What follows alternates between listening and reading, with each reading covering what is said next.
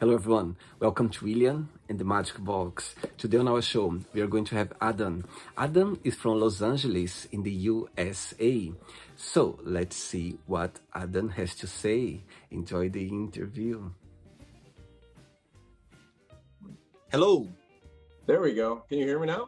Yes, I can. Hello, how are you, Adam? All right. How are you, William? Good to see you. I'm very well. Nice to see you too. Thanks so much for taking the time for the interview. Thank you. Yeah, you're welcome. Thank you for inviting me. I'm curious what it was that drew you in to invite me. No, I literally go online on social media, literally, and I just see some profiles. I tend not to see very much because I like to get to know my guests through the show, but I just have a look, like briefly. I just have a brief look, and if by energy just feel like, okay, I'm gonna invite this person, and I do. I just feel like that literally is a genuine way of inviting my guest, and I've been so fortunate because amazing people being on the show. So yeah, thanks so much. I'm glad you accepted my invitation. I'm honored to be on it, and I've enjoyed looking through the various videos, and kind of I wanted to get like little pieces of each one. And you've got such a great magnetic energy too. So I'm glad to do this with you. So thank you. No, thank you. Adam, tell me, so how's your day been so far? I think it's quite early for you right now, isn't it? What's the time now?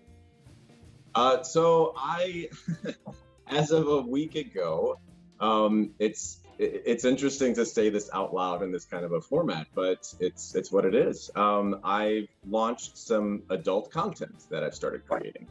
Right. And it's a big thing to say out loud because this would have shocked me 3 years ago before COVID and all of that. But I'm really embracing it, and it's interesting to actually kind of in a big way come out. I'm a gay, bisexual, pansexual man. My sexuality has evolved over the years. But mostly I date men. So that was a coming out process. And then this process of coming out as someone who films adult content was another interesting thing that happened this past week. So I've been reeling from that, but I've also been really taking ownership and creating more content that I'm really trying to help influence people who are subscribing, who are viewing, to love their own bodies and their own sexuality and own that more. Because I feel that sex is something that shouldn't be shamed, and that needs to change, especially in American society. So I'm trying to do my effort in that movement. I'm glad you're sharing that, Adam, because I think, as you say, sex always being a taboo, always being something that people don't talk too much, they don't express themselves that much.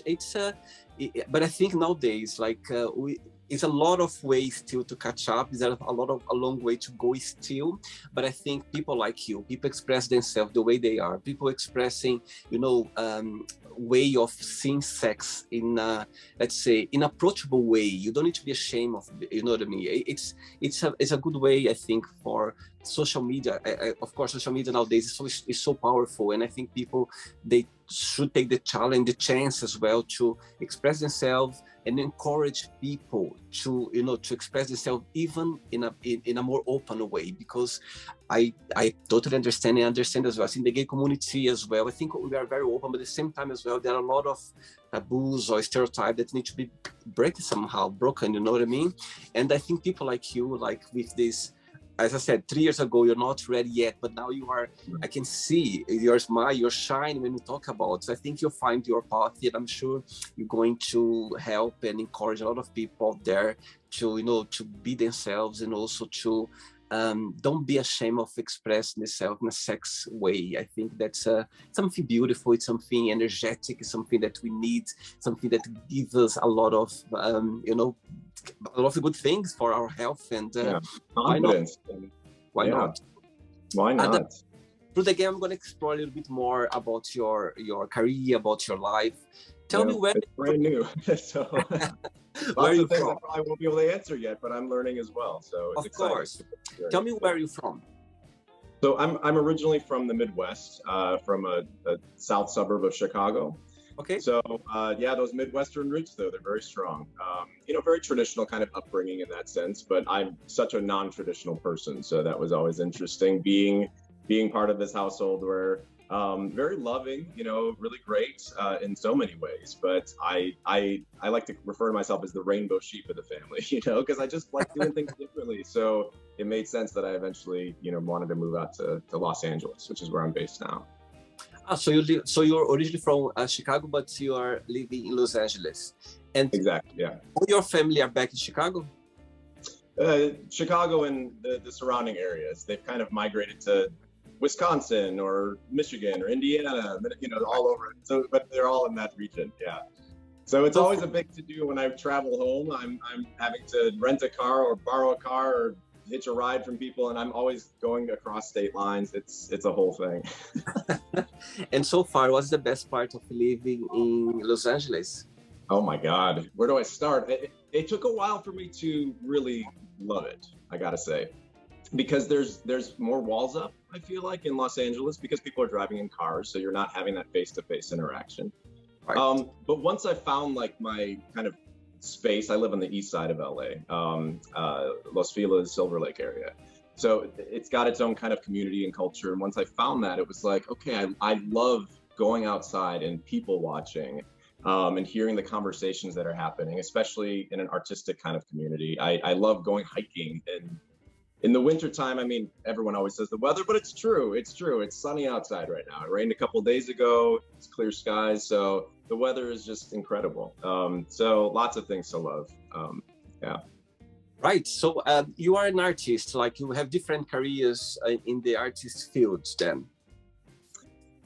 Yeah. So I first was a pianist and I started writing songs at a very young age. Around like 6 years old, I started writing songs, and then I stopped taking lessons because I just wanted to write, which was kind of not the smartest thing. But I've continued to write and compose music. I've written a couple of musicals, but then I pursued a career as an actor, and that's what I studied in college. And that's what I did in Chicago for a little while after college, and then out in Los Angeles again. My biggest claim to fame was being in The Dark Knight with Christian Bale. I had a little scene with him, and that's usually the first thing if people search my name that comes up. But yeah, so I've loved the performing arts. I just have a creative mind, a creative spirit. And yeah, musically, that's what I've been focusing more on these past few years, trying to record my piano music, get an album issued on Spotify, which having kind of reemerged from that after, I don't know, so many years, decades of kind of keeping it a hidden thing. It's scary. It's scary to like release your art. Like that's almost more personal for me to do that than it is to show my naked body. Like that's fine. I don't care about that. Like everyone has sex, everyone has, whatever. Like that's fine. But sharing my music, it's like that's vulnerable. So yeah. Right, Adam, are you ready to go on a beautiful journey through your memories in life and to share your point of views? Yes, no, of course. I'm ready. I'm waiting to like have you play the music, and then we'll both be dancing because I love dancing. Amazing. So welcome to William and the Magic Box. So I have here.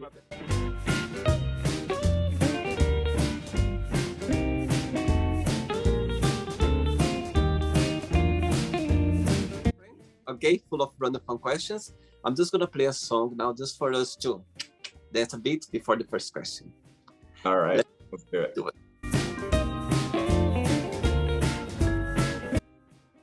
Okay, Adam, so just before we start the game, if there is a question that you don't want to talk about for some reason, you don't want to answer, I always can change, okay? Okay, sounds good.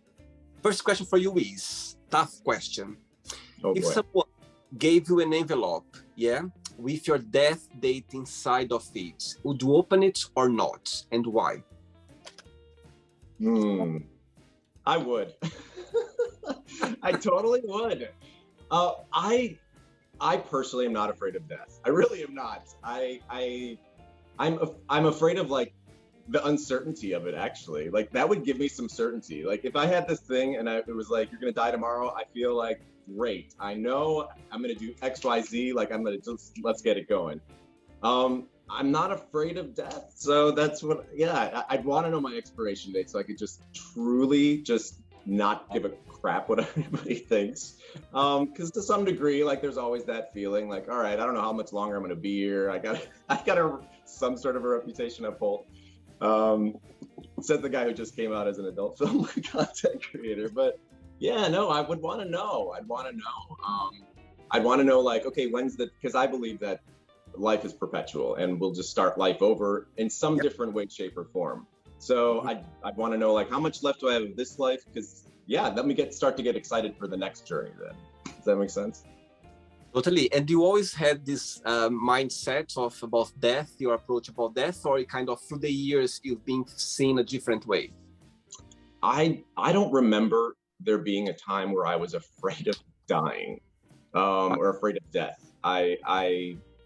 I feel that I've always had a very strong spiritual connection. I mean, I'm like wearing all these things. And I love crystal it. And, you know, and this is like the style that I actually really want to exude more of. Like, this is me dressing as more of my ideal, higher realized self. But it's a journey, and spirituality is a journey in and of itself. And so, yes, of course, it's evolved over the years. But I've always had this sense of, like, energy can neither be created nor destroyed, and I believe consciousness is a real type of energy, a spiritual energy that can neither be created nor destroyed. Our consciousness just shifts into something else or someone else or whatever. We don't. That's a mystery that we have to sort of wonder about, which is cool.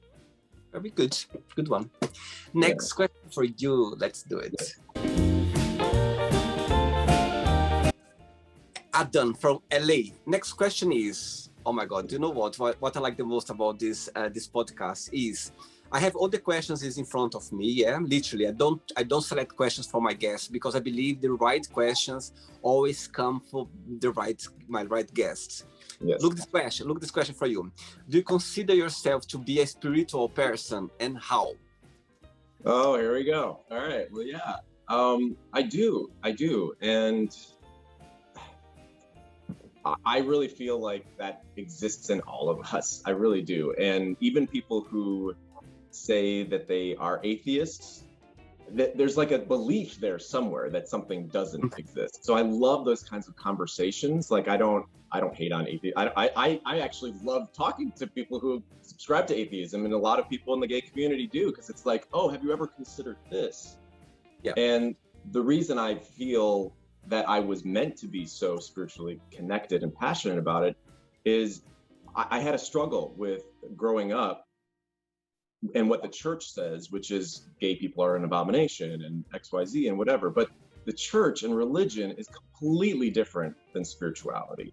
For me, my spiritual passion, my spiritual belief system, my spiritual connection has all been about me and my interaction with the world around me, and how I've literally seen put into practice how energy and attention will yield the perceived results in your life. Like, it's an incredible thing to practice, and it's an incredible thing once you start understanding the energy all around us. It led me into energy healing work, which I'm still learning about. I mean, we'll always be learning, but I'm not at the point of Reiki mastery level yet, because I purposely want to take my time and figure out what the raw skills that I have are.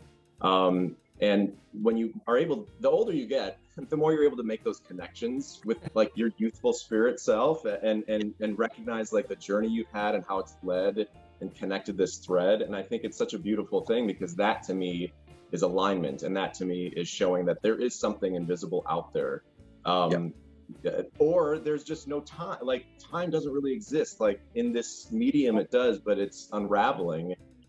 I don't know, I can talk for hours because it's so mysterious and wonderful, and I've always been highly intuitive, and that, I think, draws that connection. But I specifically think that this exists in large quantities in the gay community, in the queer community, and it's been stifled because of religion. that we haven't been able to fully explore our spiritual sides and offer our spiritual gifts to the rest of the world because we've been shamed.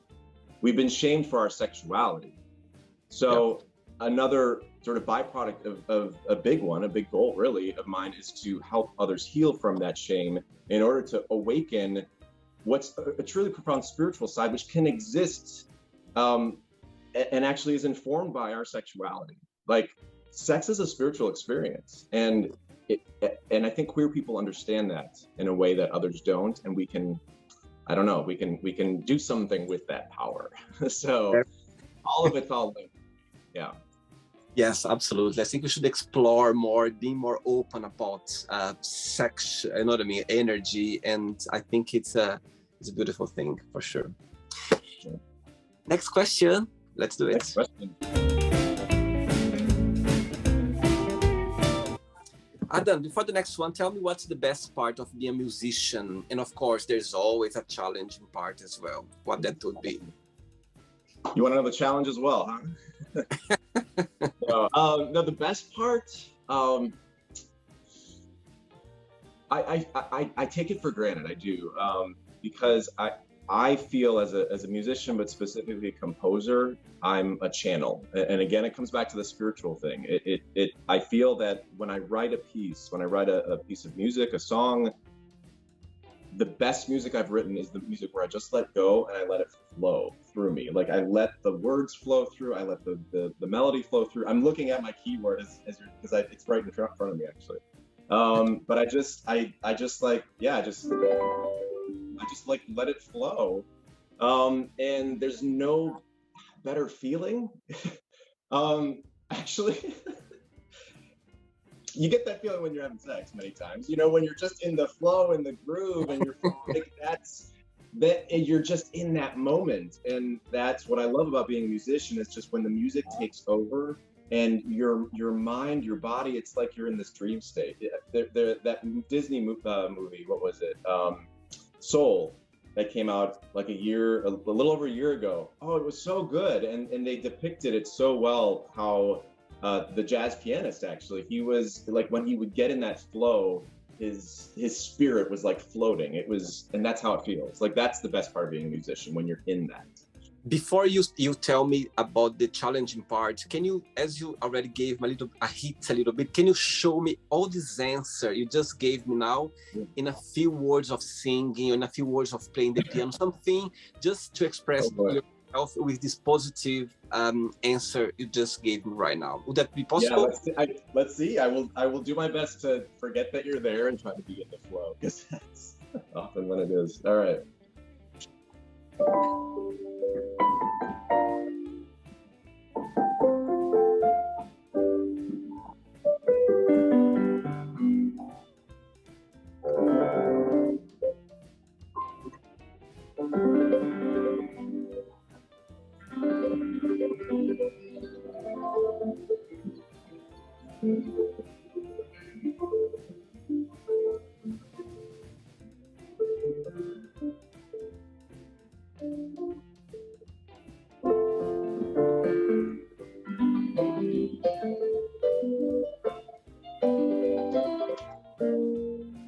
I'll stop there. I want to put your viewers to sleep. Thank you so much. That's what I was starting to play when I just riffed there a little. But yeah, I wrote that so many years ago, and that's a little melodic piece that when I play it, it just transports me. And I like to think that that's the music I create, is the music that tells a story, music that transports. Maybe I'll sing later, but okay. Right, I'm feeling bashful about my voice. I don't consider myself a singer as much as a songwriter. Yeah, that classic thing. I think you're a bit modest, I think, now. Joking. And what's the most challenging part, in your opinion? The most challenging, for me right now, at the stage where I'm at, the most challenging is actually getting my music out there and really being disciplined to, it gets really technical when you're recording. And then the self-judgment comes into play, because then you're hearing back what was recorded, and you're going, oh, that could have been a little bit this and that. So it's mixing that perfectionism, that element of control, into what is an art, and recognizing and remembering it's never going to be perfect. It's never going to be perfect. And yeah, because every musician wants their music to be heard by the world, but I think for myself and many others, it's a hurdle to overcome because it is very personal. And it can be hard to hear harsh critiques. That's another challenge, another big challenge. But yeah, the other one is just like being disciplined enough to get it out there and overcoming perfectionism. That's what I would say. Very good. Next question for you is, how long can you go without checking your phone? Actually pretty long. I purposely have days where I just turn my phone off and I keep it off. Mm-hmm. That maybe happens like once every other week, which is, I don't know, kind of fairly frequent, I suppose. But then I'll have other days where it's like I'll purposely leave my phone at home so I can go on a long walk or a hike and not have that device near me. Right. And I will feel that pull, but it's like I've had to learn how to put boundaries around my work. I have not been obeying those boundaries these last several days because I'm launching something new, but I do know better than I used to, like where I will reach burnout and all that. So yeah. Good, very good. Next question, Adam. Let's do it. Adam, before the next question, I was checking your profile a little bit. I was reading or have like a vibe of your profile, and I saw something that got my attention. I'm gonna read out for you, and you just tell me a little bit about it, okay? It says there, creator helping others heal from shame. Mm-hmm. Tell me a little bit about this little phrase. So, yes, healing from shame, which I've mentioned already, is, I think, the key to us really fully embracing our bodies, our sexuality. And I haven't spoken a lot about body positivity, but I think there's a lot of shame that's linked to that as well, because I don't agree with the beauty standards that are out there. I think and I think that's breaking down, fortunately. And I want to be part of that disillusionment of that, because I think that's really harmful on society. There's these beauty standards that should not exist, and the gay community, I think specifically, is very tied to that, and we need to not be. So shame, I think, exists from like, I don't have a perfect body. I have a little gut on me or whatever. I don't have like the definition in my arms and shoulders. Do I fault myself for that? No. Do I think I'm less sexy because of that? No. It's like I'm a work in progress, like all of us. And there is no perfect body. There's no, maybe you have an ideal body type for yourself, but work towards that and learn to love your body as it is now, because it's a miraculous machine. And I think there's so much unnecessary shame that's carried around because of that. And then, sexuality, of course, a huge part of that. We're afraid to share what might be a kink, or we're afraid to share just our sexuality, our sexual orientation in general.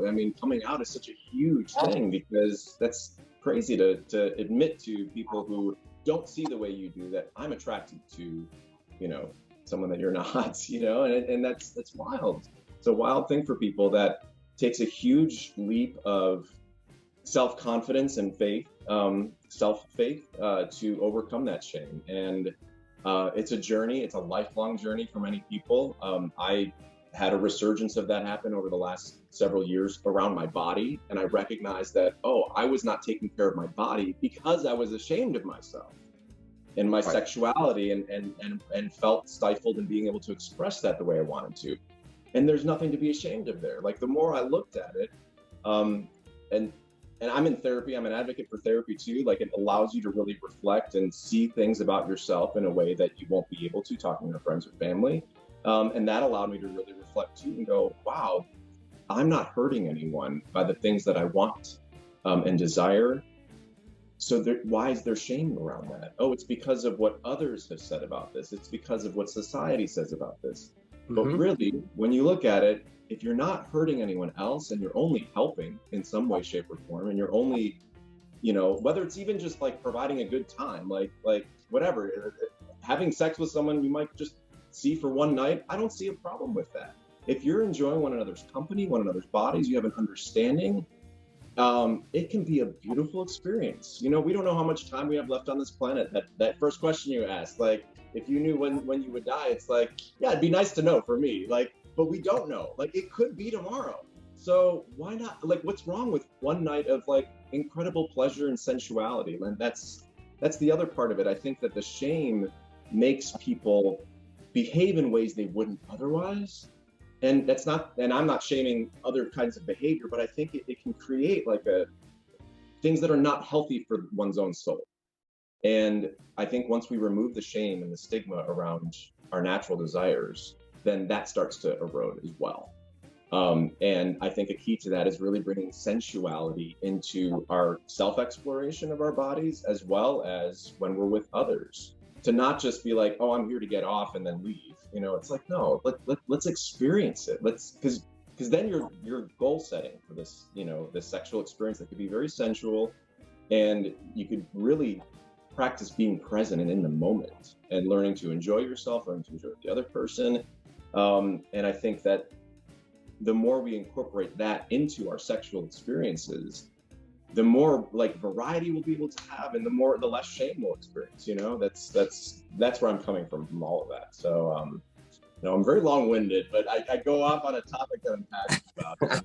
No, it's beautiful. I think this little phrase you said, you went around and you explained very well. Now it makes sense. Next question is, what things do you consider to be relationship deal breakers?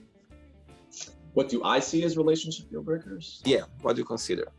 I'm still learning some of that, to be honest. I was in the last relationship I was in was a marriage, and we were together for over a decade. So, wow. Yeah, and it was just less than a year ago that I got on Grindr, and I didn't. I was like, what is this? Because it didn't exist. It did not exist at the time. So yeah, I was kind of like a kid in a candy store, but it was also like, what is this new world?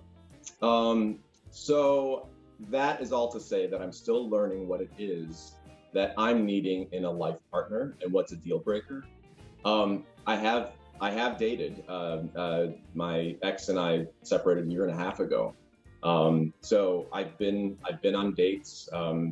I've seen some people and really liked some guys that I've connected with, but then I'm paying attention to the red flags that come up.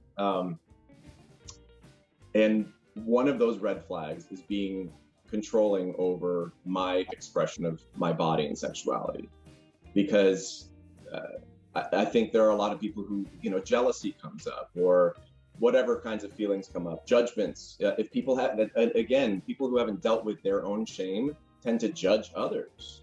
And you eliminate shame, you eliminate judgment of others, because you become naturally more accepting of yourself and everyone else and their imperfections, I believe.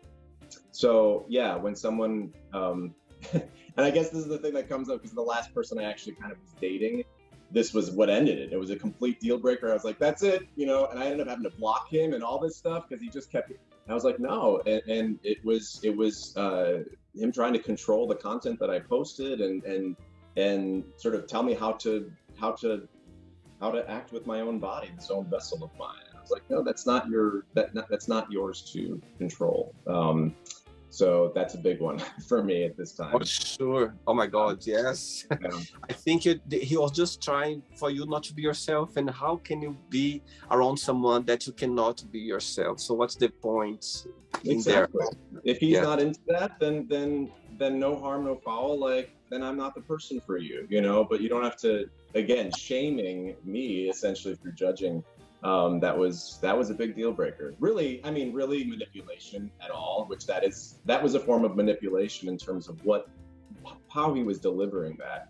That's an immediate for me. Like that's a trigger point. That's a nope. Like, you know, I think we all unintentionally manipulate one another at times. Like, we're just humans and we're not trying to, we're just kind of being ourselves and like, wait a second. And that's where it's important to kind of self-reflect and go, hang on, like, was I really trying to influence you, what I said there, and control what you were, you know, about to do? And Yeah, so I've learned to recognize those tactics based on my history. So that's a big no-no, of course. Okay, next question. Yeah. Okay, yeah, the next question for you is, would you ever get a tattoo? What that would be? I would, but I don't have any. And the reason I don't have any is I have no idea what it would be. I don't know what I would get because, I mean, I'm a person who, my job, my career before the pandemic was being an arts educator, going all around the world, teaching youth communities like how to, do their own theater, and write their own stories, and like I was connecting kids around the globe.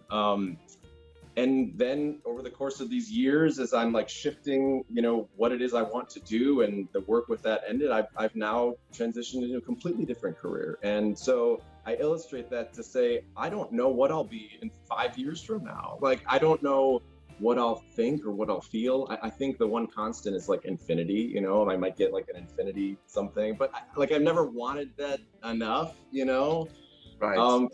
Because yeah, what if I'm wrong about that? Like, there's still so much to explore. I don't know, like that to me is so permanent, and even though our bodies will like not be permanent, I don't know, but I'm open to it. If it'd probably be like a last minute thing, I'd be with someone, I'd be drunk or something, be like, yes, let's do it, and they'd be like, okay, I did that. That's a reminder that I did that in that drunken evening that I'll never forget. I don't know. If it meant to happen, it would come naturally, and you're gonna feel it naturally, genuinely. So, sure. Yeah, that's how it happened for sure. Do you have to? Oh, yeah, you do, right? I don't, and actually, the way you express yourself, I totally agree. Exactly what I think as well. I love it. I love seeing guys with tattoos. I think it's a way of expressing themselves, and when they express themselves, it's such a beautiful way. I think tattoo is like stories in your body. It's like some memorable lessons or ways of express yourself. So I find very beautiful. But personally, for me, I'm a bit like lost. I don't know which one's gonna fit me well. I don't know which. It's just a way of not. But again, I'm very open now as well. Like you, if it happens naturally, if it comes naturally, right. If I have this moment with myself, something happened that I said, okay, let me express myself through this tattoo. So why not? But for now, right. I'm just with the universe, like guiding. Yeah, that's beautiful. Next one. Adam, as you in the beginning of the interview, you talk straight away about this journey of adult content. Yeah, tell me, what was the big inspiration for you to start it? What was the idea behind? Why it came along? How did you find yourself in a place of expressing yourself on this way? Good question, and it's kind of a long answer. So, I mean, it's a journey. It's been a big progression.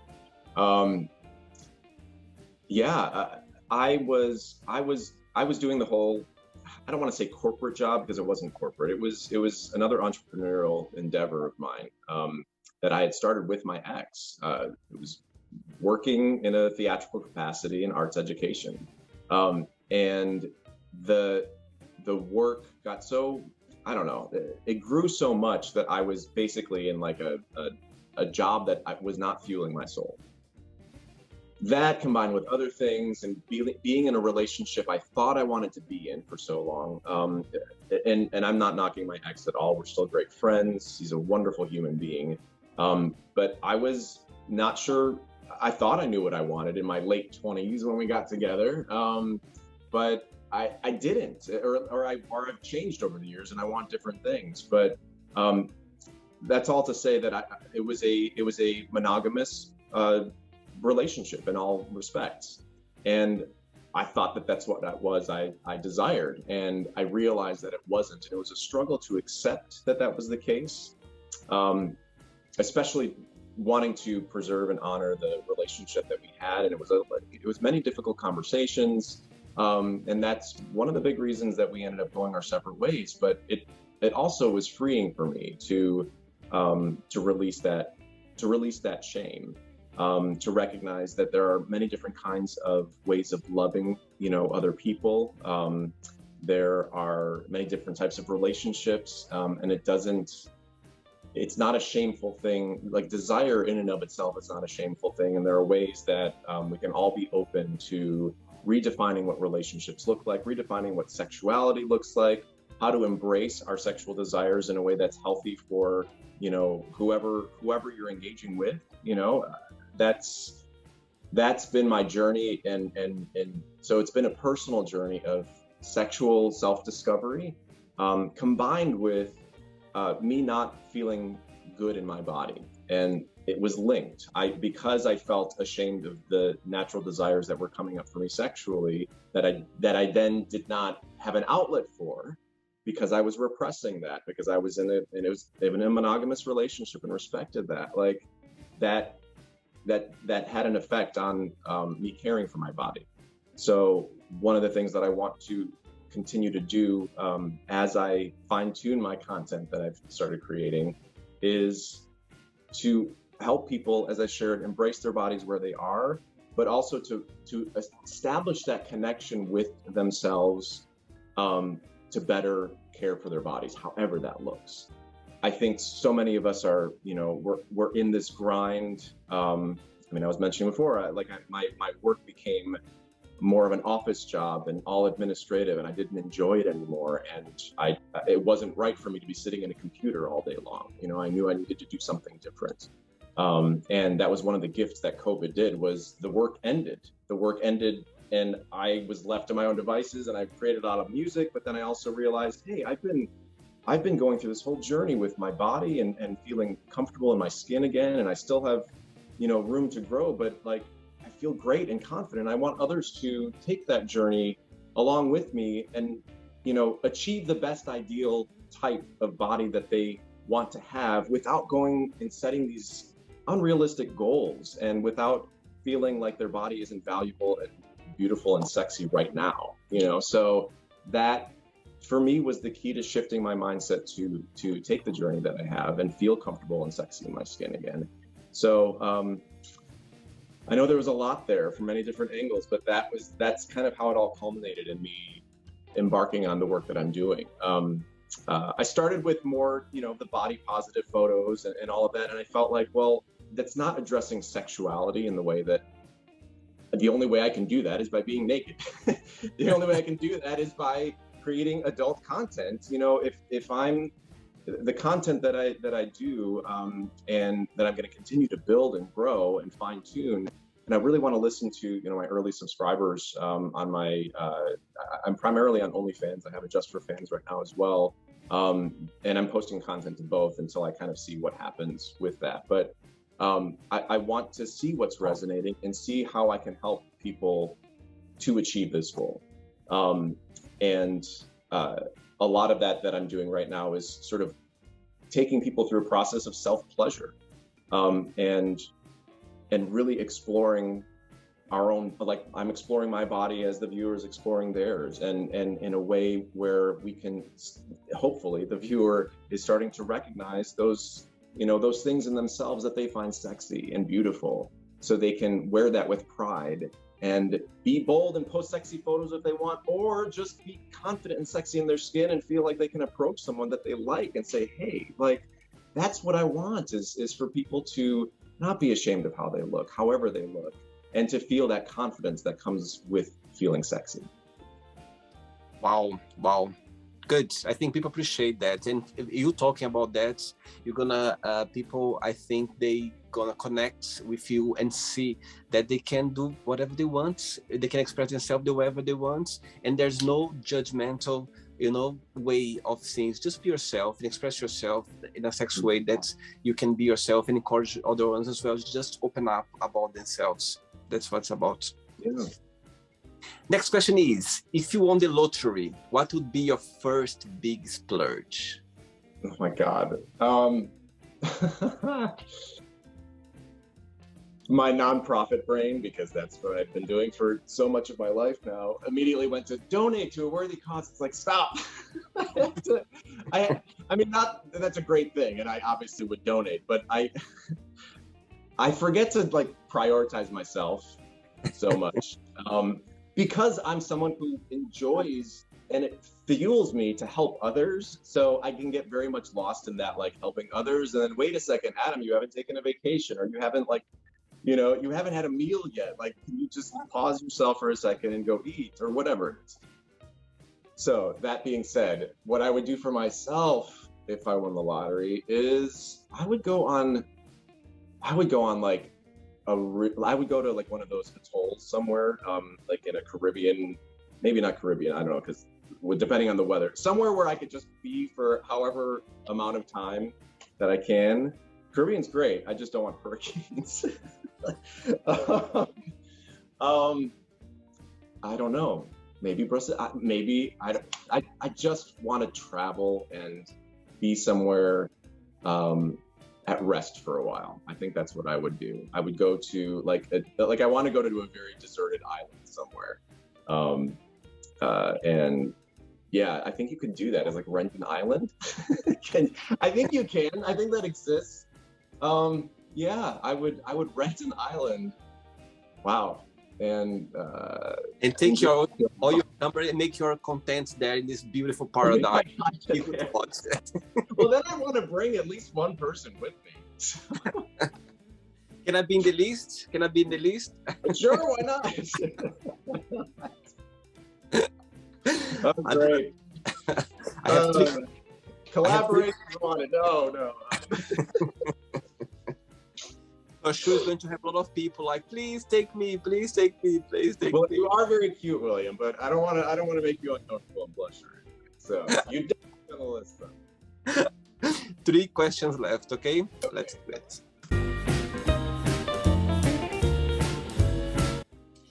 Next question for you is: tell us something that you have done that you feel very proud of yourself. Oh, okay, this is kind of a funny story. So, when I was a little boy, I have a younger sister, and she just had a baby. Congratulations! Yeah, thank you. Well, it was back in August, but still, he's so cute. Anyway, I love getting the chance to go and visit, and anyway, so something that I'm very proud of that I did was when I was a kid, and I was taking a bath. So. God, every story I tell, I'm like involves me being naked. It's the period of your life right now. It's normal. It's normal to come. No, I know it's funny. It's just funny that like I'm like telling a story. I was like, I was in the bath, of course. Even in the dark night, I don't have clothes on. I was expecting you to come naked actually for the interview. When I saw you with clothes on, I was like, where you were like, what's he doing? No, it's the same person. I gotta keep it classy. Come on, William. No, but okay, going back to this story, it's a cute story actually. So I was probably like 5-6 years old. My sister was just learning to walk, and so I was in the tub, and my mom, doing a billion things as every mother does. And so grateful. But she like took her eyes off my sister for a second, and she like wanders into the bathroom, and I'm in the bathtub, and my sister like is curious, so she's leaning over the edge of the tub, and she like tumbles in,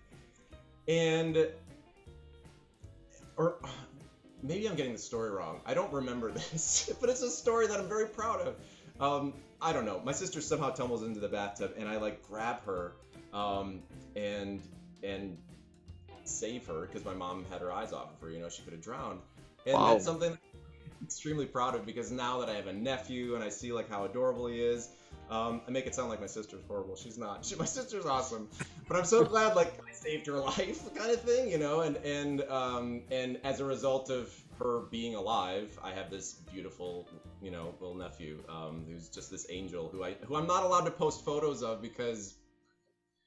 Well, they don't allow anyone to post photos of the baby yet. They're like worried that we're all going to become robots or virtual. We probably will. I don't know. Anyway, that's my crazy story. That beautiful. I love it. I saved my sister when I was a kid from drowning in the bathtub. Right. 2 questions left. Let's do it.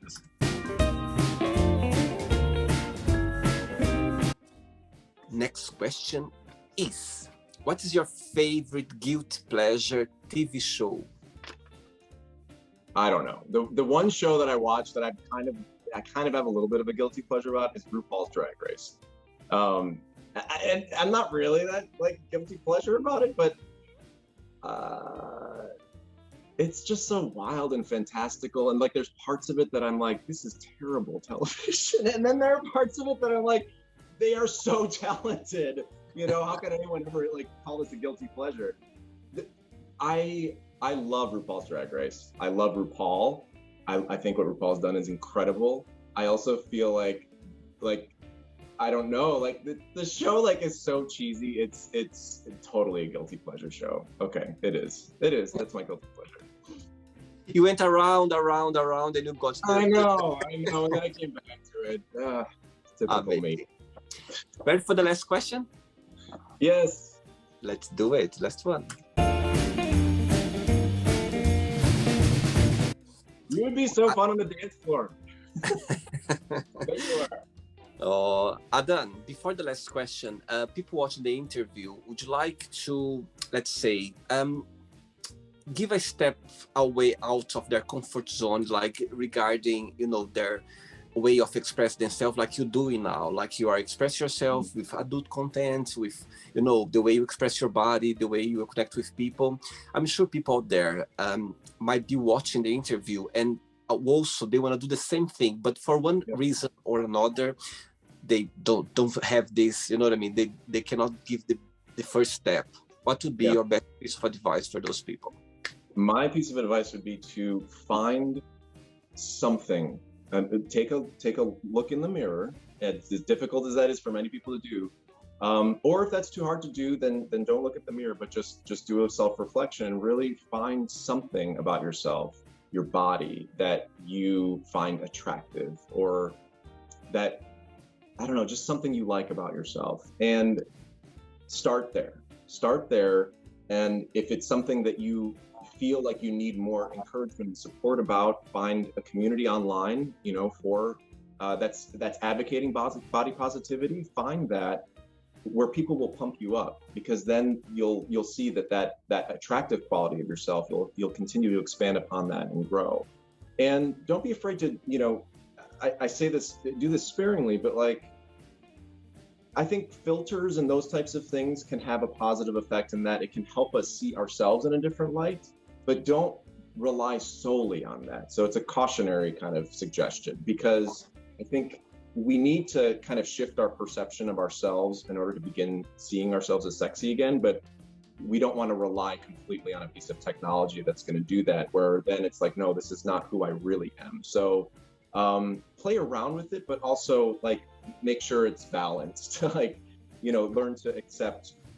I mean, I'm insecure about things. I tend to hide those insecurities.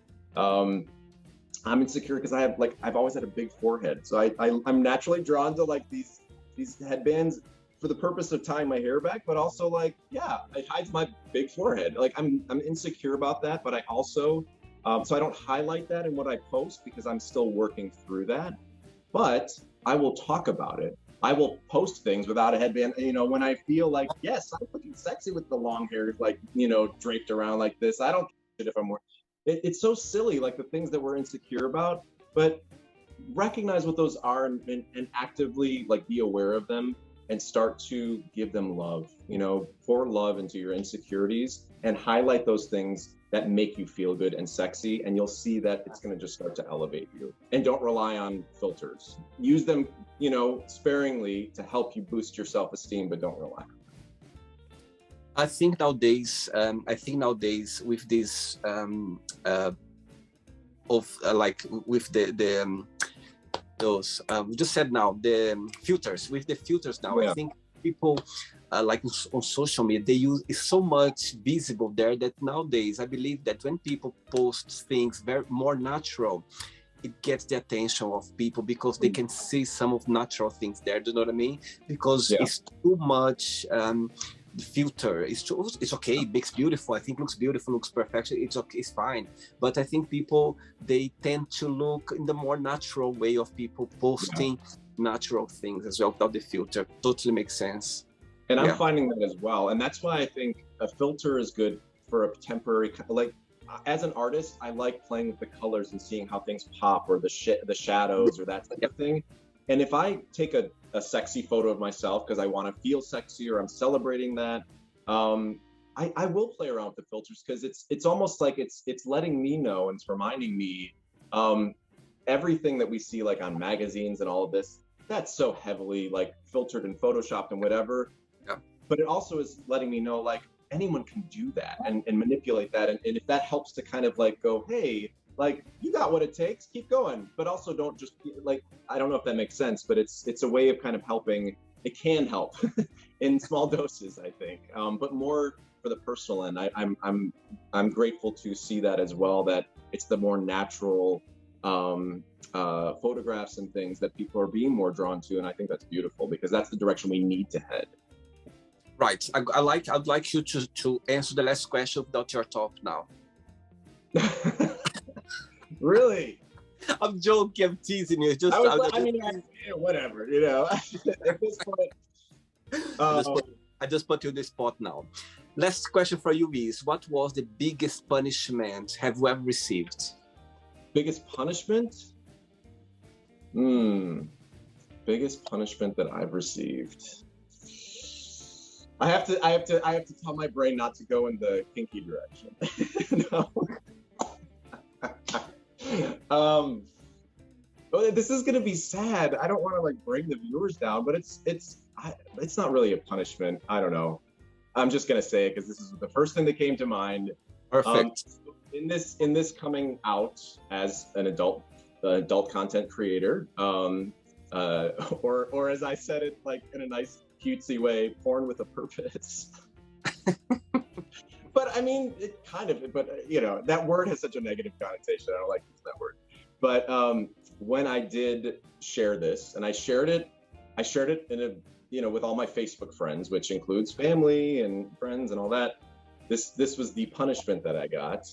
My older brother, one of my older brothers, he responded and said, "I'm so ashamed of you. I want nothing to do with you. Goodbye."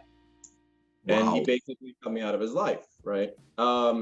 And now I know my older brother, so I kind of didn't expect a different response. It was kind of a relief, because it was like, okay, good. I don't have to interface with you anymore if you're right about this. But at the end of the day, like, I don't ever want bad relationships with anyone, you know? And my response to him was just like, I'm sorry you don't understand. I still love you, brother. And that was it. Like, so it, to me, like, that's, I don't know, the punishment thing, like, I've now lost my brother from my life as a result of what I'm doing. But I believe so strongly in what I'm doing. And if he's going to be short-sighted enough to not take the time to, you know, I get it. People need to process the information. Yeah. This is a good thing for people to hear, that someone who used to be a teacher, educator, essentially, you know, is now doing this line of work.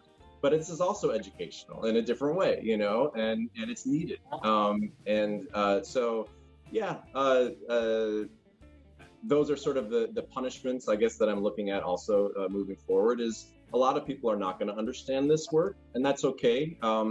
You know, maybe one day they will, maybe one day they won't, but that's not really my concern. Like, what other people think of me and how they want to involve me in their life is ultimately not in my control and not in my concern. Like, I know what I'm trying to do with myself and my life and the goals I have. And again, if I'm not hurting anyone, what does it matter? Like, yeah, so.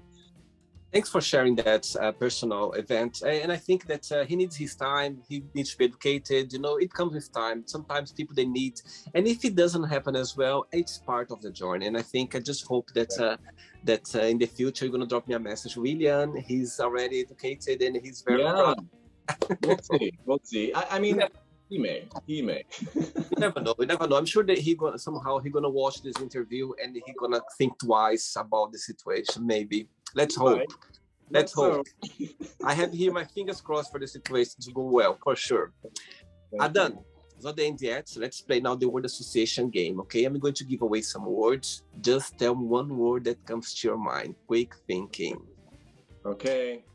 So, I hope you are enjoying the interview. Before we do the word association game, don't forget to give a like, don't forget to share this video, and also don't forget to subscribe to our channel. Just click on the button right there.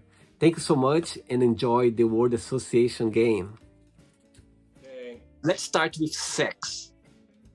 Great. How about money? Good. How about love? Excellent. Oh, these are all just Doesn't matter. No right or wrong. One word for family. Togetherness. One word for life. Light. One word for politics. Yeah. Religion. Good intentions. How about... Sorry, That's okay. How about fear? ugly. How about friendship? Beautiful. Desire. Hot. Regret. Sad. Success. Wonderful. Wish. Sparkly. One word for happiness. Joy. One word for Chicago. Buildings. One word for LA. Palm trees. One word for USA. Proud. One word for sensual healer. Needed. And the last one now, adult content. Spicy. Good. Let's pretend I'm going to meet your best friend for a coffee, and I'm going to ask your best friend, what is the most beautiful thing about Adam, and what's something that he still needs to improve, to work on? What would you say? Oh, my best friend would say Adam loves unconditionally. And I do. Adam is someone who loves people and things and experiences unconditionally, and really just wants to help people, and to encourage people. Yeah. And the negative part, what that would be? Do you need to improve on? To improve on, he needs to know when to shut up. he needs to. So, yeah, I don't know. Adam needs to take a step back, realize that we're not moving as fast as he is, and just settle down, calm down a little bit. That's what I would say. Adam, before I can cut this bit now. What I'm gonna say now, I can cut it off if you want to. But as you say about your brother, if he watched this interview right now, and if you would like to send him a message or say something about your let's say new you, or the journey that you are facing now, the journey that you are enjoying right now, would you like to say something or to mention something? If not, I can cut this part off. Anyway, I'm happy to share something. I don't know that I have no expectation he'll watch it, but I think it's a really good sort of question or exercise. What I would say, I would assure my brother, and I think this hopefully could help others too, be able to talk to someone who might not understand their sexuality or their behavior or whatever it is. But I would tell my brother that I'm still the kid brother, that he's always known and loved. I've grown throughout my life in many different ways, and part of who I was as a kid was someone who enjoyed expressing himself in all facets of who he was. And I'm not doing anything differently now. I'm doing it in a very adult way, but I'm only working with adults now, and trying to help people. So I would assure my brother that what I'm feeling and the behavior I'm engaging in is not hurting anyone. It's only helping. and to look at it from that standpoint, as opposed to behavior that he personally wouldn't engage in, because that's fine. It's not for everybody, but it's right for me, and I'm not hurting anyone. And I'm still that same expressive kid I always was, and who he loves. So, yeah. Oh, thanks so much. Beautiful. And sorry for me to step in the situation, but I felt good. I'm glad you asked, because I could help someone watching. Yeah. Amazing. I felt so, I think it's, I got goosebumps now. And I find so, I think when you are describing the situation that, you know, your family, and when you mentioned him, I could feel your, you know what I mean, the love there that was a bit hurt, or the love was a bit, you know, so I said, why not? So I took the challenge, and to say that just for you to be able to attend, okay? Yeah, thank you. That was good instinct. Right, very good. Let's play now Adam and the Magic Box, and you can ask me a question. But Adam, you can ask me a question now. All right. Interestingly, because I was just talking about me being the same child I always was, this was the question that I was thinking I would ask you. So it folds right in. What is something that you used to do as a child that you loved, that for whatever reason you don't do as an adult? Right. Very good question. Love the question. Okay. I could tell you so many things, because I grew up in the 80s, you know, 90s, and I think back there the technology wasn't around, and I come from a very simple family where I didn't have much, let's say, tools, you know, like fancy toys, or, you know, but I was free. I was being a very free spirit, and I was no. I think what I miss the most. I'm gonna answer two. If I may, I'm gonna answer two ways. Okay, the first way is I miss. Of course, you may. my childhood. I believe that my childhood is. I just miss the you know, the touch with nature that I have the time. I remember eating, you know, fruits back in Brazil. I was having these fruits that here is so expensive, and in my back of my childhood, I had access to those fruits, access to this, you know, a way of being free. Nowadays, you know, everything that you buy, it's everything, you know, it costs money.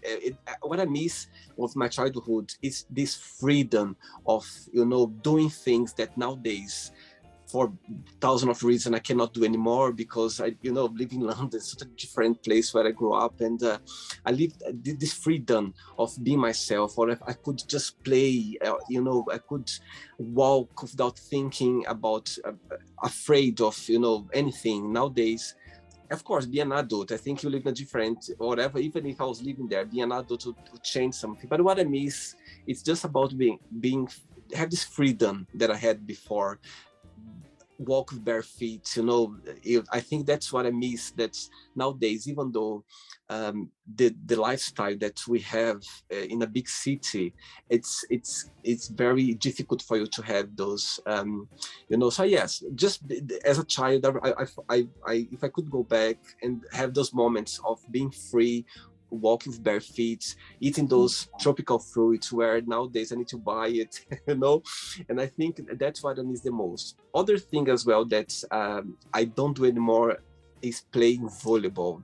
I was playing volleyball when I was a teenager, like 11 years old, like starting a teenager, and I was playing until I turned 18 years old, and I was playing every single day. And something that I don't do it anymore. I can still do it, but because of our lives so busy, I don't find, let's say, time, or, you know, I kind of focus on other things now. But playing volleyball was a passion for me that nowadays I'm so grateful, because, you know, playing volleyball, you cannot play on your own. You have to have, you need to have this a way of community, of playing with others. You depend on others as well. And I'm so grateful for this time of my life, because nowadays I do that when I'm going to make a project, when I'm going to do something in my life. I have this mindset of, okay, I cannot do on my own. And I'm so thankful for this period of my life when I was playing volleyball, because I remember my coach saying all the time, you cannot play on your own. You're not going to win if you you know, play on your own. You need your colleague, you need to play as a group. And I'm so grateful for those, like almost 10 years I was playing volleyball, because nowadays I see that in my life. When I'm going to do something, when I'm going to create something, I always think in a group. I always think that I'm not there alone. I cannot do it alone. I need, even this project I'm doing right now, I cannot do on my own. Of course, I'm doing 99% of it, but for example, the thumbnails is my friend who is creating for me. So it's always something that's everything you do in your life. So what I miss is about my childhood, this freedom, and also the volleyball career that I had at the time. That was a passion that I was playing every single day. I love that. I love that. And and I mean, the reason that I wanted to ask that too is because I've had to ask myself that same thing. Like, what were those things as a kid that I used to love doing that I don't anymore? And why not? Like, why am I not doing those things? Because I think as adults, we forget to reconnect with our childhood selves, and that's so important. And it's so healing when we do the things that give us joy. So absolutely. And sometimes it's funny because my friends sometimes when they're gonna play volleyball for some reason, they go like, "Oh my God, William, play volleyball," and I'm thinking of you now, and I go like, "Oh my God, that's it's like a sign for me to go back." But again, I think it's you said something very interesting. I think connecting again with our childhood is a beautiful way of healing as well, and it's helping yourself to, to understand more about your life at the moment. Yeah. For sure. Adan, did you have a good time? I had a great time. This was wonderful. Thank you.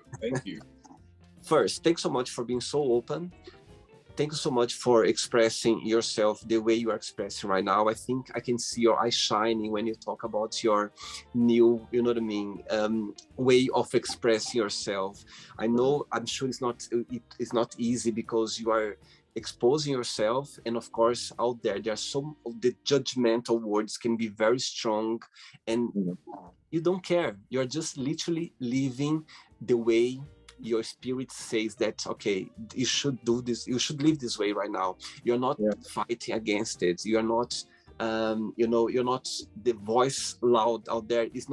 You're not hearing that. You're just hearing your own spirit, your own soul, and it's visible. And when you're talking about the beginning of the interview, I could feel the proudness. I could feel how you wanted to say that out loud. You know what I mean?